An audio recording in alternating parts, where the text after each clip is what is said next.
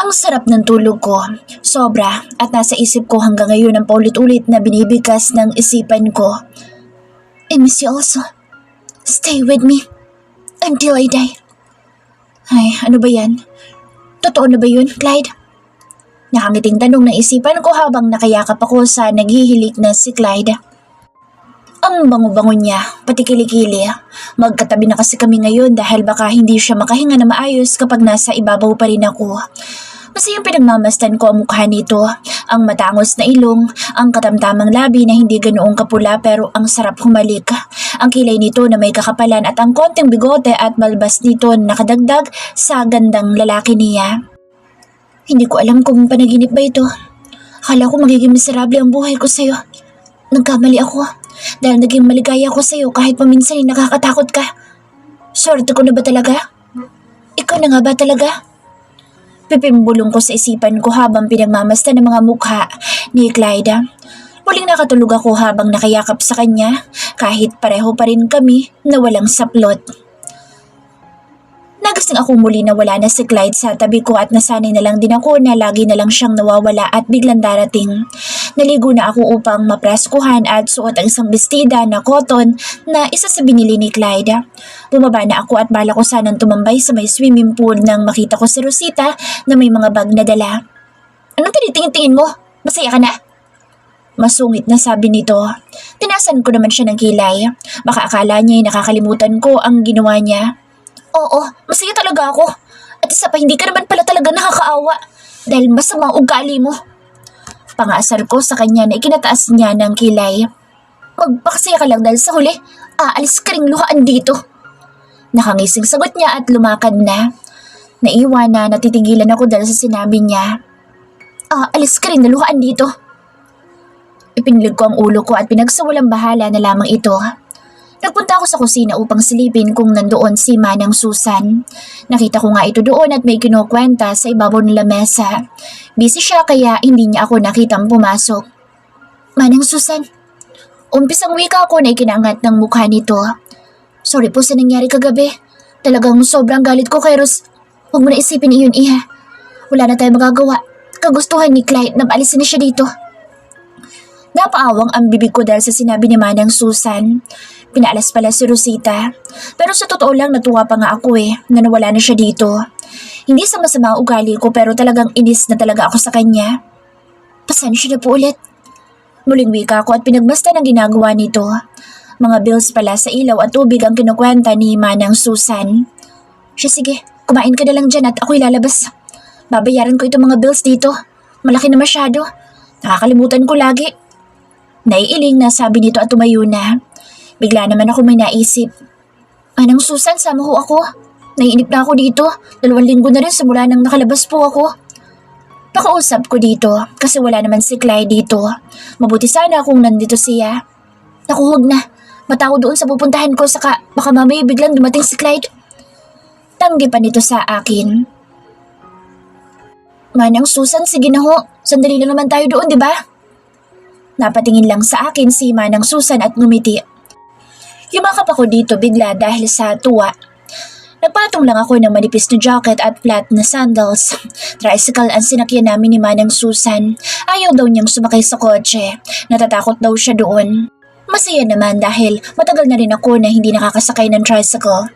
Pagdating namin sa pamilihan ay maraming kung ano-anong paninda ang nandoon. Nalibang ang mata ko at nagpalakad-lakad. Dahil nasa pila pa si Manang Susan sa pagbabayad ay nilibang ko ang sarili sa maraming mga paninda dito. At ang daming tao. May nakita akong magandang bestida. Simple lang pero maganda. Mahilig kasi ako sa mga bestida. Saka ako naalala si Manang Susan at bumalik ako doon. Hinanap ko kaagad siya doon ngunit wala na ito doon. Sandali, nasa na siya? Nandito lang siya kanina. Bigla akong kinabahan sa isipin na wala si Manang Susan. Hindi ko alam kung paanong bumalik sa mansyon. Paano ba to? Ang cellphone iwan ko pa sa bahay. Naisip ko na maupo muna dito kung saan nagbayad si Manang Susan. Alam ko babalik siya kaya maghihintay ako dito. Ngunit mag-iisang oras na ako nakaupo sa labas ng bayad center pero wala pa rin si Manang Susan. Nasaan ka na, Manang Susan? Bakit iniwan mo ako dito? Paano ko uuwi? Naisip kong tumayo at maglakad-lakad, baka may matandaan ako sa dinaanan namin. Pero wala talaga. Kahit nga pangalan ng lugar, hindi ko alam kung saan ang bahay ni Clyde. God, Clyde. Sambit ko at para na ako maiiyak, kakalakad. Imposible naman na hindi ako balikan ni Manang Susan dito dahil alam niyang hindi ko alam pauwi. Hanggang sa biglang may bumunggo sa akin na babae. Napahawa ako sa braso ko dahil sa sobrang sakit. Nilingon ko pa itong babae na dire-diretso lang na para bang walang nabunggo. Malayo na ang babae at lihim na napapamura ako dahil talagang ang sakit. Para bang sinadya akong bungguin. Hanggang sa may nakita akong 3 pulis na parang papunta sa akin at sa isang iglap ay pinosasa nila ang 2 kamay ko. Gulat na gulat at hindi ako makapaniwala sa ginawa nila. Sandali po, bakit? Bakit niyo ko nilagyan ng posas? Nalalaki ang matang tanong ko rito sa isang pulis na panay ang sulyap sa dibdib at katawan ko. Nagtatanong ka pa? Kasama mo yung babae na iyon. Pinasa sa yung shabu na dala niya. Namilog naman ang mata ko dahil sa sinabi ng pulis. Anong shabu? Wala akong alam sa sinasabi niyo. Hindi ko kilala ang babaeng sinasabi niyo. Malakas na paliwanag ko sa kanila at kinapkapan nila ako at nakuha sa jacket ko sa bulsa ang ilang maliliit na plastic na may lamang puti sa loob. Ito, itatanggi mo pa ba? Para akong binuhusan ng malamig na tubig dahil sa nakita ko at isinakay na nila ako sa police patrol car. Umiiyak ako at magulo ang isip ko. Si Clyde ang pumasok sa isip ko. Tulungan mo ako, Clyde. Clyde! Umiiyak na tawag ko sa isipan ko sa pangalan nito. Wala sa sariling tinanong ako ng pulis dito kung anong pangalan ko at ilang taon na ako. Anong pangalan ng kasama mo na babae? Mabuti pa, ituro mo na siya sa amin. Mga bata pa kayo, yan ang ginagawa niyong hanap buhay? Maganda ka pa naman. Masasayang yan pagpasok mo sa kulungan. Dito ako napalingon at napatayo. Huwag mo akong ikukulong. Wala akong ginawa. Hindi ko nga kilala ang babae na iyon.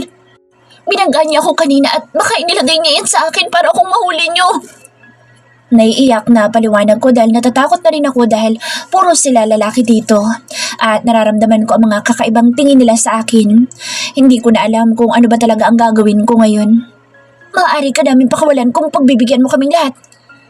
Dito na ako kinabahan at nakita ang mga malademonyo nilang ngiti at yung 2 pulis ay nakahawak sa mga pagkalalaki nila.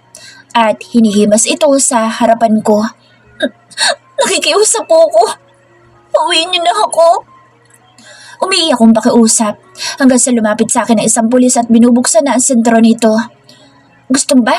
Gamitin muna natin yung dala mo para naman mas masaya. Nakakalokong wika nitong nasa lamesa. Tumayo ako upang tumakbo ngunit nahawakan nila ako at pinaupo ulit. Muling tumapat sa akin ang lalaki at binabana nito ang pantalon niya. Tinuhod ko ito at nakatayo ako at patakbong tinungo ang pinto ngunit bigla itong bumukas. Mas lalo akong napaiyak nang makita ko si Clyde. Niyakap ako agad nito sa gilid niya at masamang tiningnan ng mga pulis. At sino ka naman pakalamero ka? Hindi na natapos ng pulis na nasa gitna ang sasabihin nito dahil binaril ito ni Clyde. Napayuko ako sa dibdib nito at muli pa itong nasundan ng 2 putok. Nakahandusay ang 3 pulis at duguan ito. Hindi ako makapagsalita dahil sa nasaksihan ko hanggang sa pumasok si Anthony at isa pang lalaki.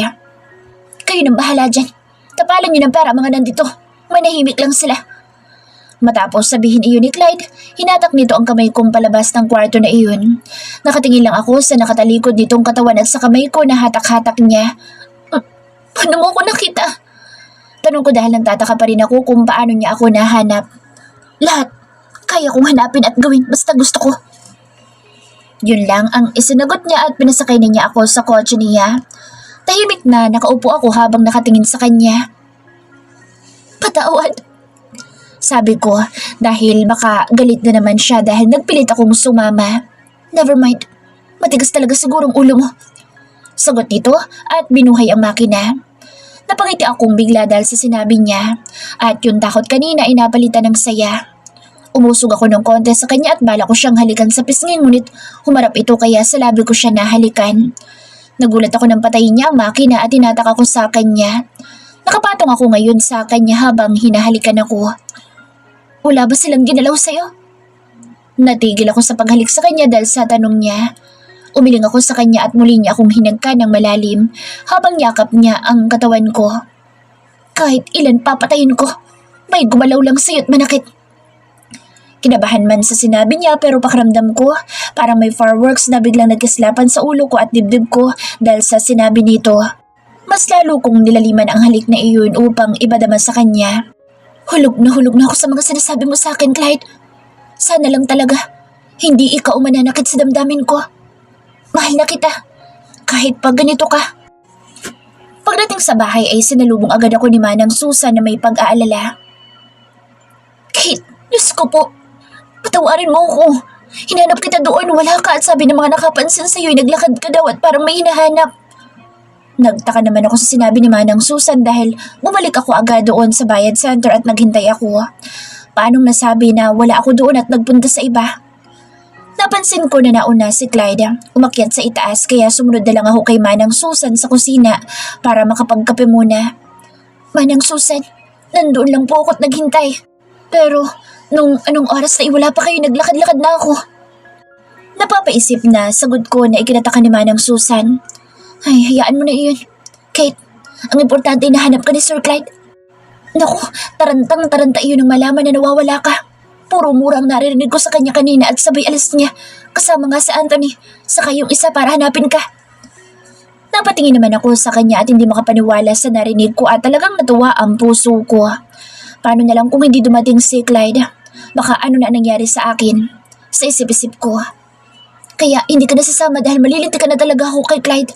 At isa pa, may bagong kasambahay na bukas na darating. Okay po. Sorry po. Nakayo kong sagot ko dito. Tumango naman ito at pinagtimpla ko ng kape. Matapos kong kumain na hindi ko man lang nakikita si Clyde. Nahiya naman akong puntahan ito sa silid niya, baka nagpapahinga na siya. Minabuti ko na lang na pumasok sa loob ng kwarto ko. Pagkahiga ko sa higaan, muling sumagi sa isip ko yung babae na naging dahilan kung bakit ako hinuli ng mga gagong polis. Pero sa totoo lang, ang lakas ng tibok ng puso ko nang barilin niya ang tatlo na iyon. Paano kung hanapin siya at makulong? Nakatulugan ko na ang pag-iisip dahil na rin sa pagod. Kinabukasan ay nakita ko sa kusina na may kausap si Manang Susan. Isang babae na halos kasing laki ko lang dahil 5'4" ang height ko. Nakabestida ito at nakapusod ang buhok. May suot itong salamin at may buhay na nunal sa may kanan na pisngi nito. Ikaw pala, Kate? Mina, ito si Ma'am Kate mo.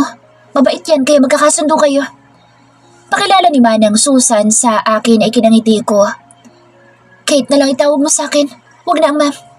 Ngiting sabi ko. Okay po, ma'am. Kate po pala. Ngiting sagot nito at lumabas ang ngipin nito na may brace. Ngumiti na lang din ako at lumabas ng kusina. Paglabas ko ng kusina ay nakita ko si Clyde na pababa ng hagdan. Seryosong nakatingin ito sa akin hanggang sa nakababa na ito. Mukhang may lakad siya ulit. What? Tanong nito. Napailing naman ako dahil sa tanong niya at nilagpasan na ako. Wala bang goodbye kiss? Ang moody naman ng tao na ito. Kagabi lang ay halos ayaw na niyang bitawan ng labi ko. Kate. Halos mapalundag ang puso ko dahil sa pagpihit niya paharap sa akin. Nagtatanong ang mga mata ko na nakatingin sa kanya at naghihintay sa sasabihin niya. Nothing. Sabay sabi niya at muling lumakad ng palabas ng bahay. Ay, akala ko pa naman may nakakakilig na naman siyang sasabihin sa akin. Pwede ba ako sumama? Gusto kong isatinig kaso wala na siya. Ayun na, natanaw ko na ang paglabas ng kotse niya. Paglingon ko'y nakita ko sa likod itong bagong kasambahay na si Mina. Napansin ko na nakatingin din siya doon sa labas at parang ang lalim ng iniisip niya. Mina, nagulat ito paglingon sa akin. Kate, pasensya na po talaga. Talagang nagagandahan lang ako sa bahay na ito. Ngayon lang kasi ako nakapasok sa ganito kagandang bahay. Ang gwapo pa ng may-ari. Napatingin ako dito dahil sa huli niyang sinabi. Oo, talagang hindi may iwasan na may magkagusto sa Clyde ko. Pero bakit ganoon? Parang iba yung naramdaman ko sa pagkakasabi niya. Saka ba't parang pamilyar sa akin ang boses niya? Paglingon ko kay Mina, wala na ito sa kinatatayuan niya. Nandoon na ito sa papunta sa likod. Ano ba to? Kung ano-anong naiisip ko. Pati bagong kasambahay, pinag-iisipan ko pa. Naglakad na akong palabas upang tumambay sa labas para magpahangin. Dinukod ko naman ang cellphone sa bulsa ng damit ko at nagbalak na mag-selfie. Tumunog ito at nakita kong si Clyde ang tumatawag. Pumunta ka kay Anthony. Ihatid ka niya dito sa akin. Sabi nito nang sagutin ko ang tawag niya at binaba na agad. Sandali. Saan naman kami pupunta? At ngayon na talaga? Ma'am Kate, pinapasundo kayo sa akin ni Boss Clyde. Napalingon ako kay Anthony at lumapit dito. Sandali, magpapalit ako ng damit saka ng... Huwag na po, bilin niya, dali na kita agad doon sa kanya. Naguguluhan man ako ay sumunod na ako kay Anthony. Bakit kaya? Ano naman kayang plano nitong si Clyde? Kinakabahan na excitement ang nararamdaman ko sa bawat oras na nagdaraan. Ang layo naman, nasa na ba kami? Hanggang sa mapanganga ako nang pumasok kami sa isang resort. Ang ganda dito. Teka, nawala na bigla ang kotse pagkababa ko. Hinanap pa ito ng mga mata ko at nasa hindi kalayuan na ito. Sandali, nasa na si Clyde? God, mahinang sambit ko na makita si Clyde na naglalakad simula doon sa may mga nakahilera ng mga puno. Bawat lakad niya ay may kakaibang dating dito. Yung seryoso mukha niya habang inaayos ang suot nitong coat niya. Clyde, ano? Bakit pinadala mo ako dito? Saka yung ayos ko. Natahimik ako nang ilahad dito ang kamay sa akin. Samot-saring emosyon ang nasa puso ko ngayon habang hawak niya ang kamay ko na magkasabay kami naglalakad. You like it? Sambit nito habang naglalakad. Yes. Oo naman, ang ganda dito. Nautal na sagot ko at bigla itong huminto, bigla. Kaya nabunggo ang mukha ko sa likod niya. Napahawa ako sa ilong ko at bigla na lang niya akong hinalikan. I want something to prove in my mind. Kung dapat ba kitang isama sa mundo kong magulo? Naguguluhan na napatingin ako sa kanya at maraming katanungan ngayon ang nasa isip ko. Nagpatuloy na kami sa paglalakad at pumasok na kami sa isa sa mga gandang rooms dito. El Cuevas Resort. Mahinang bigkas ko sa pangalan na nabasa ko mula sa labas ng bintana na kung saan ay ramdam na ramdam ko ang hangin mula sa dagat. Ibig sabihin sa kanya itong resort? Yes, this is mine. Kahit anong gawin ko dito ay maaari. Ewan ko ba pero parang iba ang dating ng pagkakasabi niya noon. Naramdaman ko na lang ang pagyakap dito mula sa likod ko. Come on, masarap ang tubig habang maaga pa. Aya na nito. Sandali, wala akong dalang mga panligo. Sagot ko sa kanya na lumakad ito at nilingon siya sandali na parang may iniisip. That's not a problem. Don't wear it. Mapang-akit na sabi niya na ikinainit ng magkabilaan kong pisngi. Grabe siya. Talagang yun na lang laga na sa isip niya. Sabagay, I like it too. Napapangiti ako sa naisip, kaya naghanap na lang ako ng pwedeng maisuot dito sa loob pero t-shirt lang ang nandito. Yun na lang ang sinuot ko na medyo mahaba dahil umabot naman ito sa hita ko. Pero kapag inangat ko, ang kamay ko ay tsak na makikita ang kuyukot ng puwet ko. Napangiti na lang ako sa ayos ko dahil bagay naman pala dahil malaki ang t-shirt. Bakat ang itim na bra ko at puti naman ang pang-ibaba. Sana pala lagi ako nakapang swimsuit na suot. Hinayaan kong nakalugay ang lagpas na balikat kong buhok at lumabas na ako. Nasaan na kaya itong si Clyde? Mahinang bigkas ko nang nasa lobby na ako. Miss Kate? Napalingon ako sa likod ko at nakitang isang lalaki na may dimple sa kanang pisngi. Naka-uniform ito tulad ng mga staff dito. Yes. Sagot ko't iginiya ako nitong papasok ng pasilyo. At mula sa labas, dahil salamin ang pinto ay nakita ko si Clyde na kausap ang waiter. Pagpasok ko sa loob, napansin ko na may mga naka-ready na pagkain at alak. May sounds din mula sa piano doon sa gilid. Pinalapit ako nito at ipinaghila ng upuan. Salamat. Ani ko sa kanya at naupo siya sa tabi ko. You look beautiful. Mahinang sabi niya. Nahihiyang napangiti ako sa kanya at nagsali na ito ng alak sa basong maganda na mataas. Napapatingin ako sa kanya nang maramdaman ko ang kamay nito na humihima sa hita ko. Clyde, ano ba? Nakakahiya dito. Sigaw ng isipan ko habang napapatingin sa paligid. Kaming dalawa lang nandito at ang nagpapiano sa may gilid na parang walang pake. I miss this. Mahinang sabi niya sa malapit sa tenga ko. I want you now. Napatingin ako sa kanya at nag-aalala na tumanggi ako sa kanya kasi nga nakakahiya naman kung dito. Bigla na lang itong tumayo at hinatak akong palabas. Iniwan ang pagkain na hindi pa nagagalaw. Pagdating sa kwarto namin ay agad ako sinunggaban ng halik ni Clyde. Gumanti naman ako ng halik sa kanya hanggang sa napaupo na ako sa malambot na sofa. Doon ay mabilis na hinubad namin pareho ang aming mga suot. Marahas ang bawat kilos nito. Ang halik nito na parang laging sabik. Siguradong mabubuntis talaga ako nito. Isip ko habang nakapikit ang mata. Dumilat naman ako at sinilip ko ang mukha ni Clyde. Dilat ito at parang may iniisip na malalim kaya kinabahan ako. If I hurt you, magalit ka sa akin. Isumpa mo ako kung kinakailangan. But one thing I'm sure, I'm a real man who did this to you.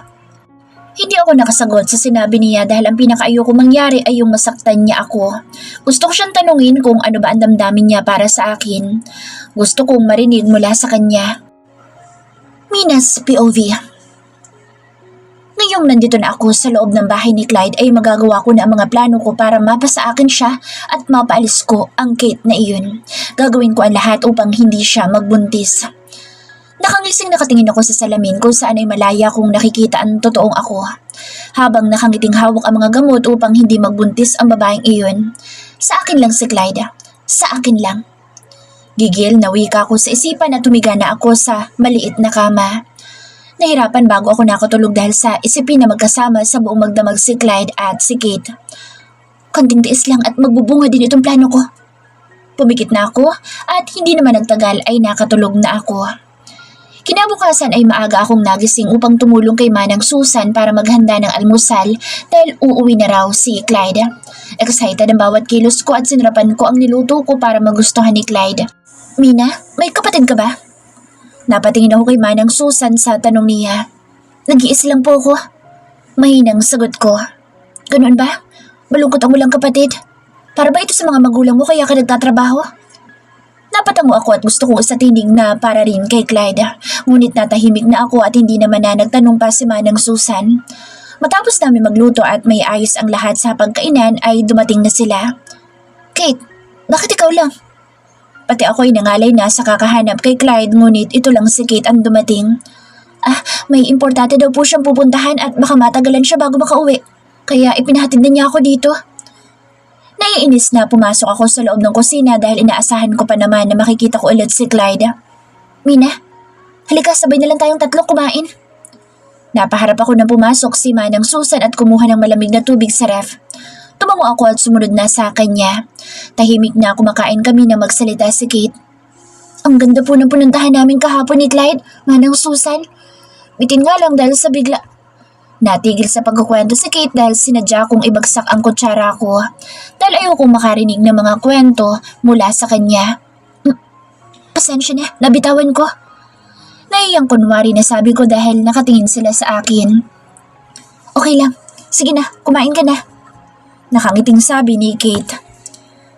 Palihim na umirap ako nang hindi na siya nakatingin dahil bait-baitan talaga itong babae na ito. Magsaya ka lang dahil gagawin ko ang lahat para mapalayas ka dito at sisiguraduhin ko na hindi ka magbubuntis. Matapos kumain ay nagligpit na kami ni Manang Susan. Sa totoo lang ay pinagtitiisan ko lang lahat ng mga gawain dito para sa kaligayahan ko. Nagpaikot-ikot ako sa kabahayan at tinungo ko ang kwarto ni Clyde.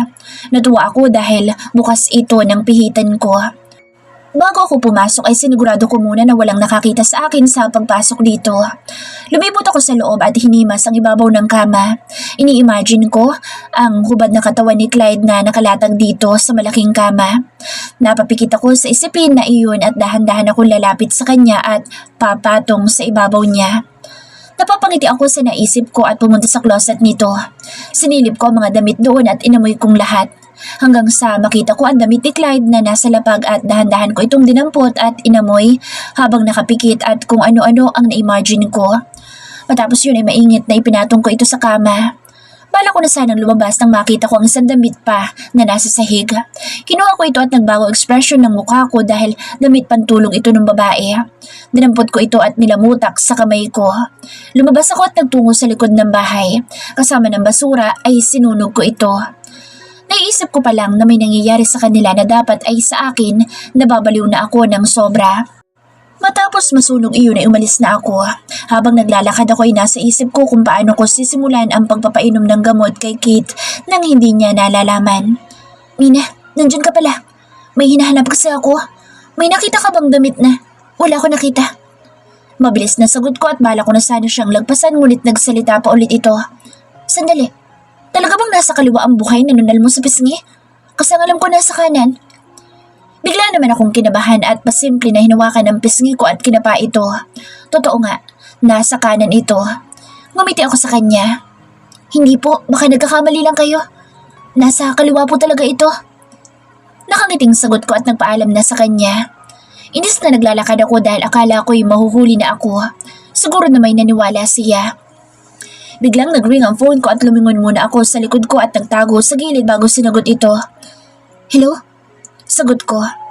Kamusta naman ang unang araw mo dyan? It's okay. Kahit na naiinis ako sa Kate na iyon na lagi masaya. Kahit ako'y inis na inis sa kanya. Kaso wala palpak ang plano. Pero baka ikaw magawa mo para sa Clyde mo.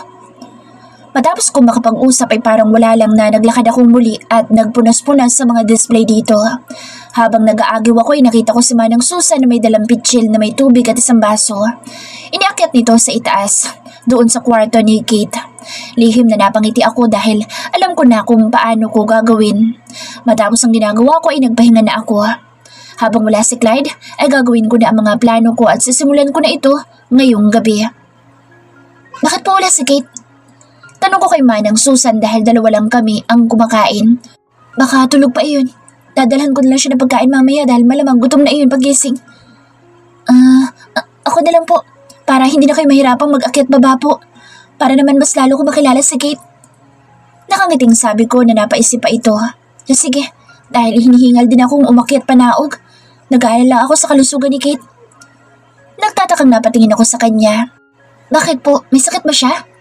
Curious na tanong ko. Wala naman. Para kasi siyang walang ganang minsan kumain. Sagot lang nito. Hindi kayo buntis siya? Tanong ko na ikinalingon niya sa akin. Ay, ikaw talaga? Sige na, kumain na tayo at nang makapagpahinga na. Napatango na lang ako at matapos kumain ay naghugas ako ng mga pinggan. Ilang plato din ang nabasag ko na ipinagtataka ni Manang Susan dahilan ko masyadong madulas ang pinggan. Matapos ko maisaayos ang pagkain na dadalhin ko ay dinukot ko sa bulsa ng bestida ko ang gamot. Inilagay ko ito sa baso ng gatas at naghintay saglit na matunaw ang 2 tableta. Matapos iyon ay nakangiting umakyat na ako sa taas. Bala ko sanang kumatok pero hindi ko na nagawa dahil bahagya itong nakabukas. Nasilip ko na tulog pa nga ito at maingat na pumasok ako sa loob. Dahan-dahan akong humakbang papunta sa table at inilapag ang gatas na may takip at sandwich. May kanin din at ulam ang dala ko. Napansin ko na biglang umilaw ang cellphone at tumunog ito. Napatingin ako kay Kate na gumalaw na. Si Clyde ang tumatawag. Agad na kinansel ko ito ngunit muling tumawag ulit. Inulit kong kinansel ulit ngunit muli itong tumunog. Mina. Napababa ang kamay ko sa bala kong patayin ulit ang tawag ngunit tumigil na ito ng kusa. May tumatawag po ata sa inyo. Sabi ko na lang at inayos kunwari ang pagkain habang pasimple na sinusulyapan ko siya nang kunin nito ang cellphone. Nako, sa Clyde? Baka magalit iyon, hindi ko nasagot. Wika nito at napatingin sa akin. Ito na pala ang pagkain mo. Ako na lang nagdala para makapagpahinga na si Manang Susan. Ganoon ba? Sige, salamat Mina. Ngiting sagot nito. Inumin niyo po muna ang gatas habang mainit pa. Mainam yan sa sikmura natin. Ngiting sagot ko at hinintay na inumin niya ang gatas. Lihim na napapangiti ako nang dalhin na niya ito sa bibig niya at inumin. Halos mga lahati ito. Masarap ba? Ngiting-ngiti na sabi ko sa kanya. Oo, salamat. Ang sarap sa sikmura.